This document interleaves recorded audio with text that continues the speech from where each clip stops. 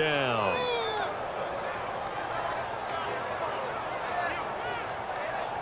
And now the offense operates in the red zone.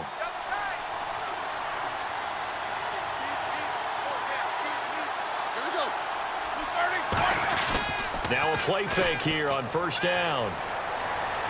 Forced out to his left. Wide open receiver complete. A good pickup there. 8 yards on the first down completion. Seeing that play and understanding just how tough it is to cover tight ends, especially the ones running around the NFL nowadays, makes me glad I didn't make it in that league. I would have had a really difficult time. But now you get to sit up here with me. Yeah, and that's fun, isn't it? And what a really nice gain right there on first down for them. Brings up a nice second down for them.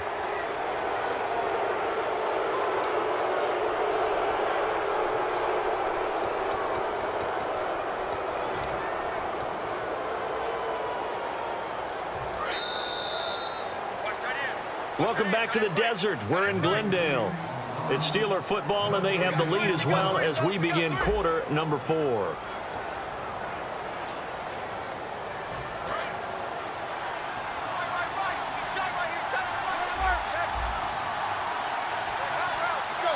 And the offense inside the 5 here at the 4. It's first and goal. And he's going to get this back to the 3-yard line and no further. Only a yard on the pickup there. Second and goal. And they're going to hurry back to the line now. And the D-line pinching together must be expecting the run. Roethlisberger. And incomplete there. A nice hit. Jars the ball free and brings up third down. After all the preparation, all the practice, a play like that will absolutely break your heart. They had everything they wanted, just unable to complete it. In the end zone, a big-time drop. This defense has held on so far. Now from the 3, this is third and goal.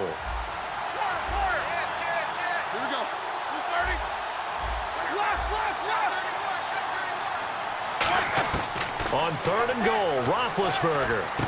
Got his man, it's caught for a Steelers touchdown. Eli Rogers, his second touchdown of the afternoon. And the Steelers find a way to stretch their lead. So on third and medium, they dial up the pass, and it works to hit the end zone. And it's really not a surprise to me. That's a throwing down in the NFL because of how tough it is to run the football. But what offenses like to do is still show run formations to make them respect it and throw out of those. In this case, they took a nice shot at the end zone and made it pay off. Time running out here on the play clock. Roethlisberger looking to throw. He's got time. All kinds of time. And he's going to go down. Can't get rid of it. So a sack on the 2-point try.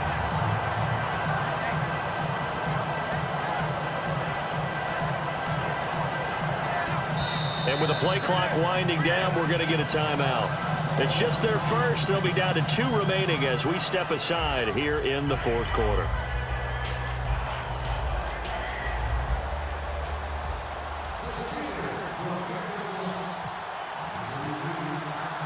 Boswell now to kick it away after the touchdown. This is taken about 7 yards deep. And the decision to bring it out is going to cost him about 7 yards all told as he's taken down back shy of the 20. Here's the Arizona offense now as they get set to take over. And this offense last time turned it over, went for it on 4th, didn't get it. They're lucky, though, because no points against the team on the board, but we'll see how they respond. Yeah, they've got to get a lot of credit to their defensive teammates, don't they? They had their backs on that last series, and because they did so, that allows the coach to still stay aggressive on offense and maybe go for it again in a similar situation. I was going to say maybe makes that offense feel good, but when you know you've got a defense make it. And now this one's intercepted. A third interception for Palmer. Picked off by Ryan Shazier. And they take over. They'll set up shop at the 46-yard line.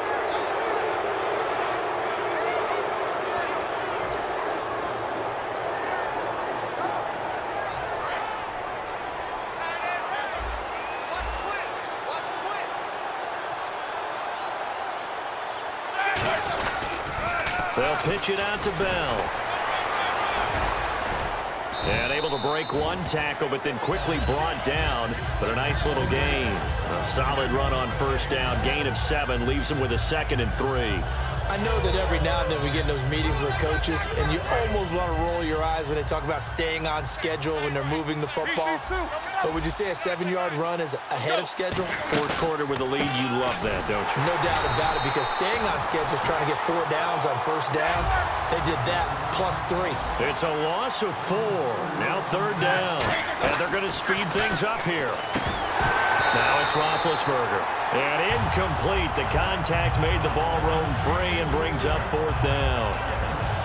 That was a classic example of trying to run with the ball without securing the catch. He was thinking about those rack yards instead of making the catch first and then taking off. Here's Jordan Berry now, as he should be able to pin him back deep here with his first punt. And how about this, a fake?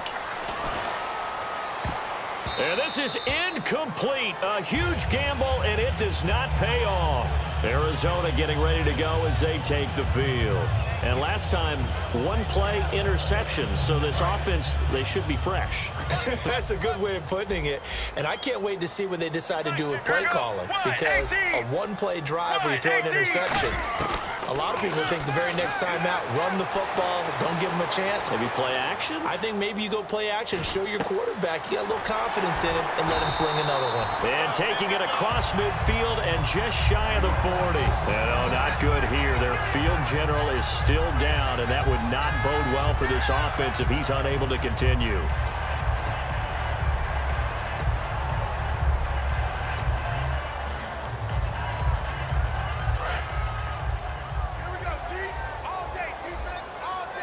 Brown, the lone receiver, left. Let's go! And now a first chance for the backup here to throw. Man open left side is Brown. That's going to go as a loss of a yard, and it'll be 2nd down. Well, I know it goes against the instincts of the person catching the ball because all you're ever taught is catch the football, don't drop it. But drop it there. Yeah, in that situation, dropping it would have been better. End up losing yardage, even though they completed the pass. As good as a sack. Yeah, how about that? Although they won't get the same credit for it, and it won't help them at contract time. On 2nd down, here's Palmer. He's got time in the pocket. Going up top. This is caught inside the 15. That goes for a gain of 31. Well, even after all those interceptions, he's not deterred, still confident to go deep at work there. I think all the old rules about playing that position still apply. If things go wrong, you still act like you're the best player out on the field. You still carry that supreme arrogance with you and continue to fire the ball. I've seen guys have games like this, and this is where you find out if you're great or not. Can you overcome some interceptions and still lead your team to victory? They go play action here on first down.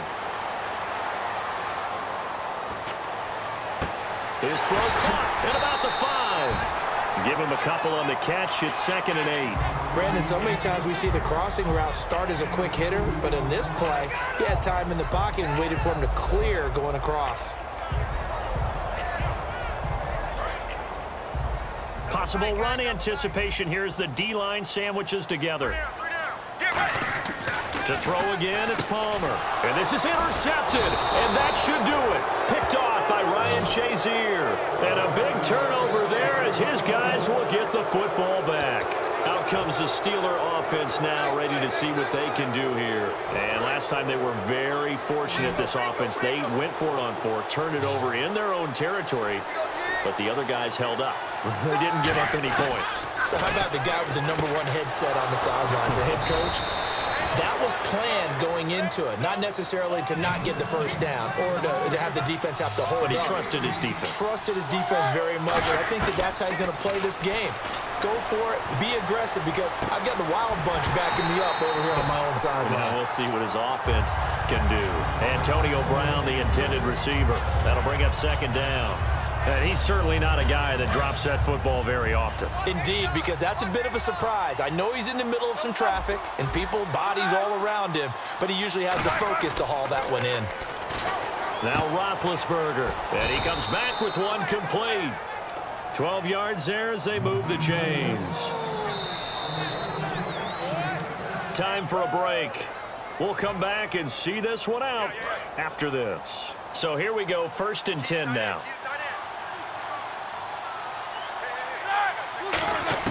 Throwing now, Roethlisberger on 1st down. And unable to connect on the long pass. It falls down incomplete. One of the toughest things about playing defensive back is pattern reading, trying to figure out what they're doing. And on that one, they had the fly, just sending a guard downfield with the in route accompanying it, what people call a dagger route, trying to hit the guy underneath after the clear out. In this case, though, they're not able to get it done. Yeah, they said forget the underneath route. They went for the guy on the fly, but as you said, incomplete. 3rd down here for the offense after the incomplete pass. On 3rd down, Roethlisberger. And this time he's got the hookup. It's complete. The offense is not leaving the field. They're going to stay out and go for it on 4th and 3. One hallmark of good defenses is understanding the game, understanding positioning, and tackling immediately in the secondary after catches. I think we just saw that on display right there. Got to him before he ever had a chance to think about turning it upfield. And now they're in the hurry-up. Roethlisberger going to throw it. And intercepted. Maybe the turning point they need. Picked off by the linebacker, Kevin Minter. The Cardinals offense now works their way back onto the field. And they had a nice little drive going last time. Threw the interception in the red zone. Costly. Bad enough to throw it anywhere, but that drives coaches insane when they're thinking about, hey, we've got a shot at points already. We're already in a spot where you're thinking you've got 3 on the board for sure, and to come away with nothing, that's a really tough one for them to swallow. Yeah, will they make up for it? Obviously, this has not been a banner game throwing the football. So what you got to do, you got to kind of down focus, don't you think? Find the tight end, take some easier completions. Yeah, interception last drive. There he hits the reliable target. He was in search of the tight end, Troy Nicholas. And that'll bring up 2nd down. We just saw another example of really good defensive football, which has led to the cushion that they have in this game. Got to him once again, knocked him on the ground, forced an incompletion. Yeah, they've set the tone. It's one thing to set the tone, another to come in here on the road and set the tone. Obviously a tough spot here. They need a lot of luck to win this game, but still a small chance. They've got to make sure they get the ball to the sidelines, get out of bounds, preserve clock. Throwing is Palmer. His throw caught right around the 6. He got 29 yards that time. Boy, the evolution of the game and how these guys on plays like that can get out of the pocket, keep plays alive, it just makes things so much harder for defenses. It really does, and we're talking about an era in the game where the quarterbacks are the most athletically gifted that we've seen in a bunch. I mean, when you talk about collectively, it's unbelievable. So their ability to move. And this is intercepted, and that should do it. A great read, and it's picked off. And a big turnover there as his guys will get the football back. And now out come the Steelers. Only one timeout defensively, so this should just be a simple kneel down. I agree totally. I looked at my time management chart. It says take a knee, victory formation. They just have one timeout left, and that should be all she wrote. By the way, it's a good thing you can read that. And Big Ben intercepted a 3rd time. It's the Honey Badger, Tyrann Mathieu. And his guys are going to get the football at the 37-yard line.